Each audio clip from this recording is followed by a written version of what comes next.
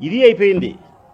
నిన్న నేను జగన్ అన్న అనే పదానికే కలంకమని చెప్పి మాట్లాడితే మాకు బాధ కలిగి నిన్నొచ్చి నేను మాట్లాడితే వాస్తవ సత్యాలు తెలుగు ప్రజలందరికీ నేను చెబితే ఎక్కడ నీ కూతురు యొక్క గౌరవం దెబ్బతింటుందో, ఎక్కడ నీ కూతురు యొక్క వాదనను ప్రజలు పసిగట్టారో అని చెప్పి ఆమె వాదనను నిలబెట్టే దానికోసం నీ కొడుకును పూర్తి అన్యాయస్తులు చేయడానికి సిద్ధపడి మళ్ళీ ఇది ఇస్తావా తల్లి? నువ్వు ఈ ప్రకటన ఇస్తావా? నీ మేనకోడలకు నీ మేనల్లునికి జగన్ అన్యాయం చేస్తానాడని చెప్పి. ఇంతకంటే అన్యాయం, ఇంతకంటే దుర్మార్గం ఏమన్నా ఉందమ్మా? అవసరమైన ప్రతి సందర్భంలోనూ షర్మిలమ్మను మేలు చేసేదానికి జగన్మోహన్ రెడ్డి గారిని పూర్తిగా సమాజం దృష్టిలో హీనపరిచేదానికోసం ఇట్లా చేస్తే ఎంత అన్యాయం తల్లి. అయినా ఒక్కరోజు కూడా పాపం మా నాయకుడు జగన్మోహన్ రెడ్డి మీ బిడ్డ నిన్ననలే, షర్మిలమ్మనలే, సునీతనలే, ఎవరిని ఒక మాట మాట్లాడలే. గమ్మునుండాడు, ఓర్పుగా ఉండాడు.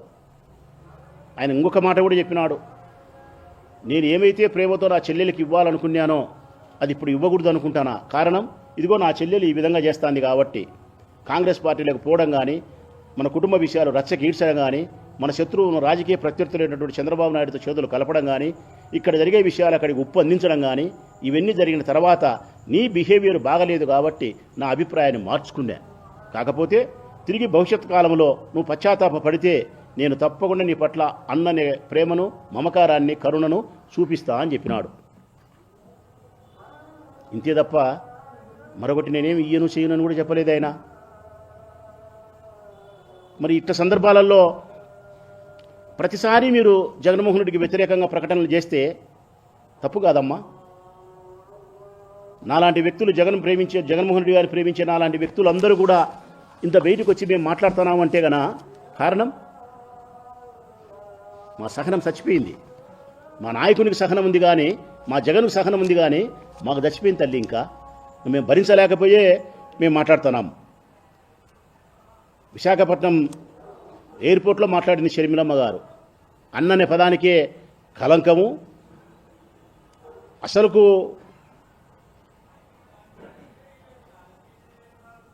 ఇలాంటి అన్న ఉంటే శత్రువులు కూడా అవసరం లేదంట. జగన్ లాంటి అన్న ఉంటే శత్రువులు కూడా అవసరం లేదంట. రాష్ట్రమంతా ఏమంటున్నారు తల్లి తెలుసునా? అందరు తల్లులు ఇలాంటి కొడుకు నా గర్భాన జన్మించలేదే అంటున్నారు తల్లి. జగన్ లాంటి కొడుకు నా కడుపున పుట్టలేదే అంటున్నారు అమ్మలందరూ. ఇది సత్యమమ్మా, ఇది సత్యం, ముమ్మాటికి సత్యం ఇది. ఇప్పటికైనా నేను ప్రశ్నించేది ఒకటే, షర్మిలమ్మ గారిని, విజయమ్మ గారిని, మీరు సమాజ ధర్మం ప్రకారం అమ్ముదామనుకుంటే తండ్రి ఆస్తిలో భాగం ఇచ్చినాడు, అయిపోయింది.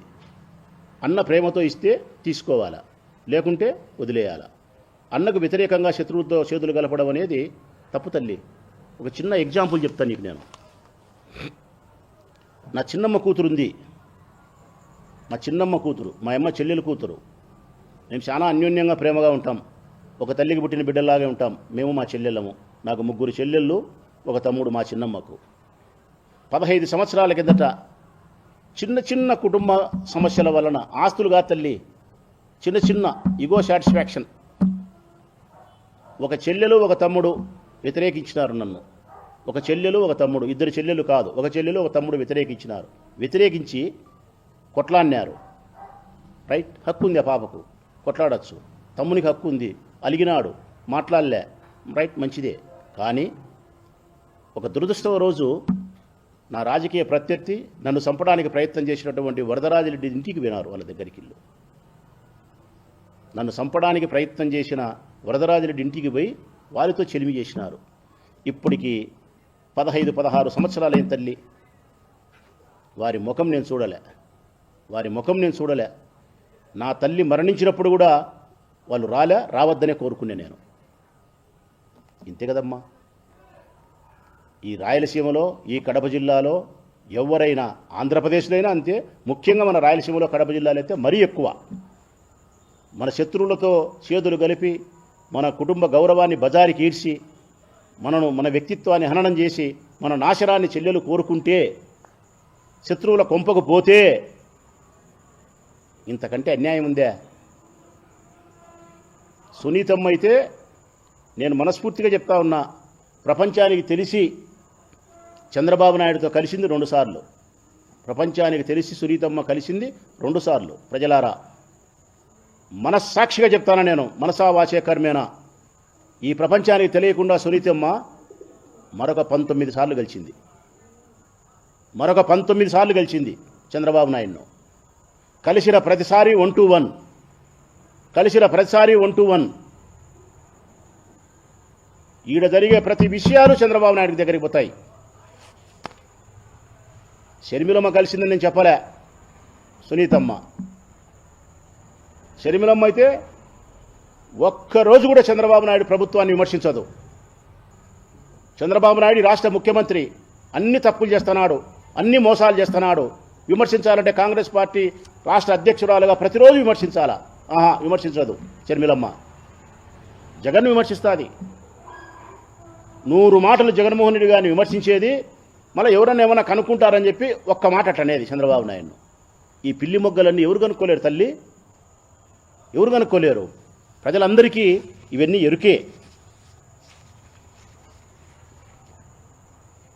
మీరు సమాజ ధర్మం ప్రకారం ఉండినా రైట్, లేదు న్యాయస్థానానికే పోతాం కోర్టు కంటే పోయినారు, కోర్టుకు పోయినారు. ఆ ఎంఓయూ రద్దు చేసినాడు, మీరు బెయిల్ రద్దుకు ప్రయత్నం చేసినారు, ఆయన ప్రొటెక్ట్ చేసుకున్నాడు.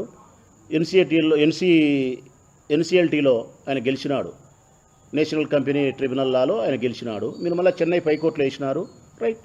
న్యాయం ప్రకారం పోతా అంటే కోర్టులో వేసినారు, కోర్టులో తీర్పు వచ్చేంత వరకు ప్రెస్ ముందుకు రావాకండి. లేదు సమాజ ధర్మం ప్రకారం అయితే కనుక నువ్వే తల్లివే పెద్ద మనిషివి, కూర్చోపెట్టి మాట్లాడి కొడుకు ఏదైనా ఇస్తే ఇప్పించుకొని ఇచ్చి బిడ్డను శత్రువుల ఇంటి దగ్గరికి పోకుండా, శత్రువుల పార్టీలు ఉండకుండా, అన్నను బదారికి ఇడ్చకుండా అది ఏమి కట్టడి చేయాలనో చేయి తల్లి. సమాజ ధర్మం ప్రకారం వస్తే జగన్మోహన్ రెడ్డి సంసిద్ధమే, లేదు న్యాయస్థానం ప్రకారం పోతే ఆయన సంసిద్ధమే.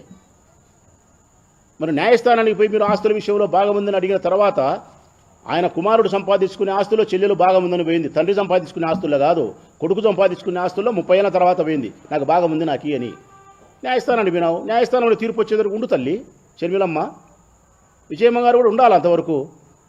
మరి ప్రెస్ ముందుకు వచ్చి ఎందుకు షర్మిలమ్మ గారు మాట్లాడతారు? మా అన్న షెడ్డోడు, మా ఆయన అన్న పదానికే కలంకము, అన్న ఉంటే శత్రువులు అవసరం లేదు, ఎన్నెన్ని సైతాన్ సైన్యము, షడ్డ ముఖ్యమంత్రి, ఏంటేంటో మాట్లాడినారు. ప్రతిసారి ప్రెస్ ముందుకు వచ్చి రావాకండి. ప్రెస్ ముందుకి న్యాయస్థానాన్ని మీరు నమ్ముకొని ఉంటారా? ప్రెస్ ముందుకు రావాకండి. సమాజ ధర్మాన్ని నమ్మి మీరు ఉంటారా? నువ్వే పరిష్కారం చేయి. ఈ 2 కాదు మేము ప్రెస్ ముందుకు వచ్చి మాట్లాడతామా, ఆయన వ్యక్తిత్వాన్ని హననం చేస్తామంటే రాచమల్ల లాంటి అభిమానులు, ప్రాణమిచ్చే వాళ్ళు లక్షల మంది ప్రొద్దుటూరు నుంచి ఇచ్చాపురం వరకు ప్రతిరోజు ఉంటాం తల్లి, ప్రతిరోజు మాట్లాడతాం. మా నాయకుడి వ్యక్తిత్వాన్ని హననం నుంచి కాపాడేదానికి, వాస్తవ సత్యాలను ప్రజలకు చెప్పేదానికి. చివరిగా పూజనీయ భావం కలిగినటువంటి తల్లితో సమానమైన విజయమ్మ గారికి క్షమించు తల్లి, ఇటువంటి పరిస్థితి వస్తుందని అనుకోలే. మనసును బండ చేసుకొని మాట్లాడుతున్నా తల్లి, నా నాయకుని కోసం. ఈ అధర్మాన్ని భరించలేక, ఆయన వ్యక్తిత్వాన్ని ఇంత నీచంగా మీరు హననం చేస్తా అంటే తట్టుకోలేక మాట్లాడుతున్నా. మళ్ళీ మీరు ప్రెస్ ముందుకు వచ్చి మాట్లాడితే తప్పనిసరిగా సత్యాలను వెలికి తీసి ప్రజలకు చెప్పే ప్రయత్నం చేస్తా.